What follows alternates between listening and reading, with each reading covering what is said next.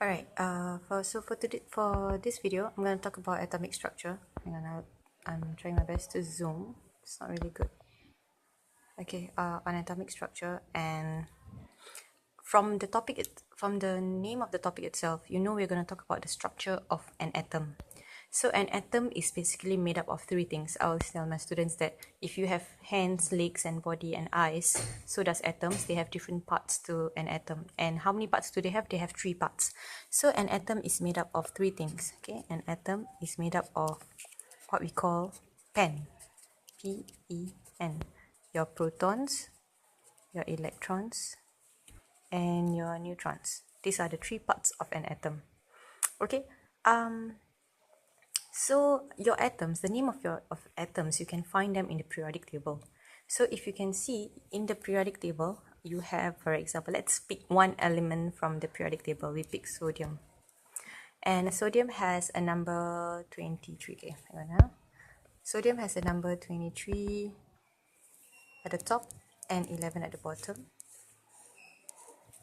From this, you can actually decide or determine the number of protons that a particular atom has. So for example, a sodium atom would have, let's write the PN.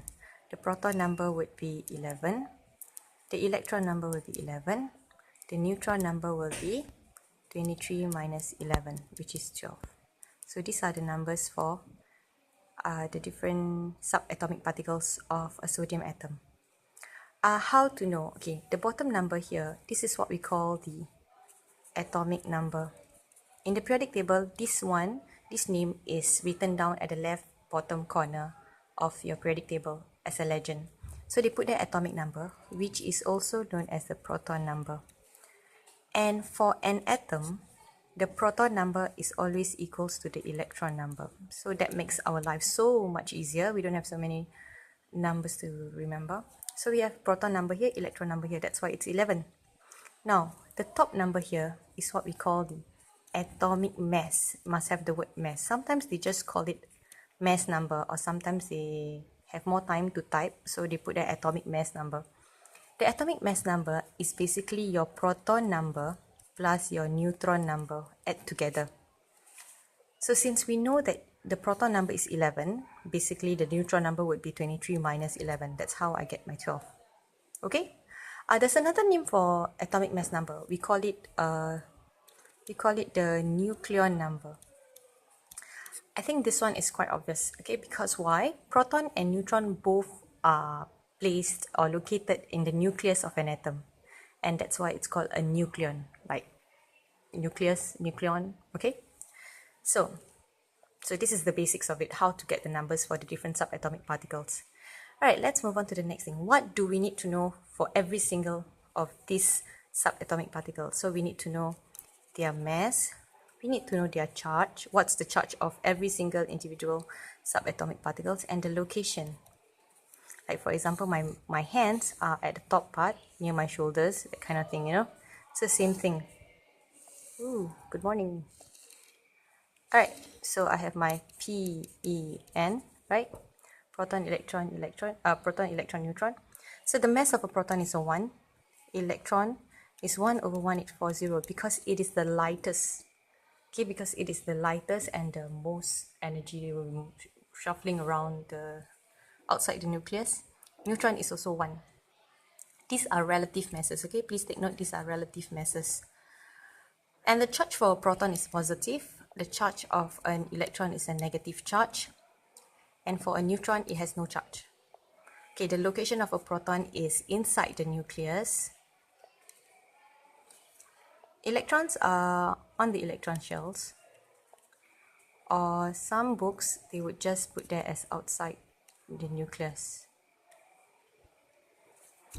And neutrons are inside the nucleus. I missed out the "the" here. Alright, so for atomic structure, we have that. Alright, we know the different characteristics of each subatomic particles and where to find the numbers. Alright, the next thing that you probably have to know. Okay, so this is basically the characteristics of, we talked about the details of each subatomic particle. Next, what I need you to know from this topic is basically how to draw the electronic structure of atoms. Okay, I need you to know how to draw the electronic structure of atoms. So for example, let's say I want you to know how to draw the electronic structure of, let's say, I want you to draw, okay, I give you sodium just now, right? Na1123. To draw this, you need to know how to write the electron configuration. So the number of electrons is 11, correct? The number of electrons for sodium is 11. The electron configuration is, first shell can fit 2, second shell can fit 8. 2 plus 8 is 10. The remaining one is placed on the third shell because the first shell maximum number you can put, or the number of electrons you can put on the first shell is only 2. So 2, and then you move on to the second shell. The maximum number for second shell is 8. Third shell also 8, fourth shell and so on and so forth are all 8. Okay, only the first shell is 2. So since first shell I put 2, second shell I can only put 8, that's a total of 10. But I have 11, so then that one electron has to go on to the next shell. So I have 281. So if I were to draw the electronic structure of a sodium atom, I will indicate the electrons with a cross. So 2, 8, top, bottom, left, right, top, bottom, left, right, 2, 8, 1.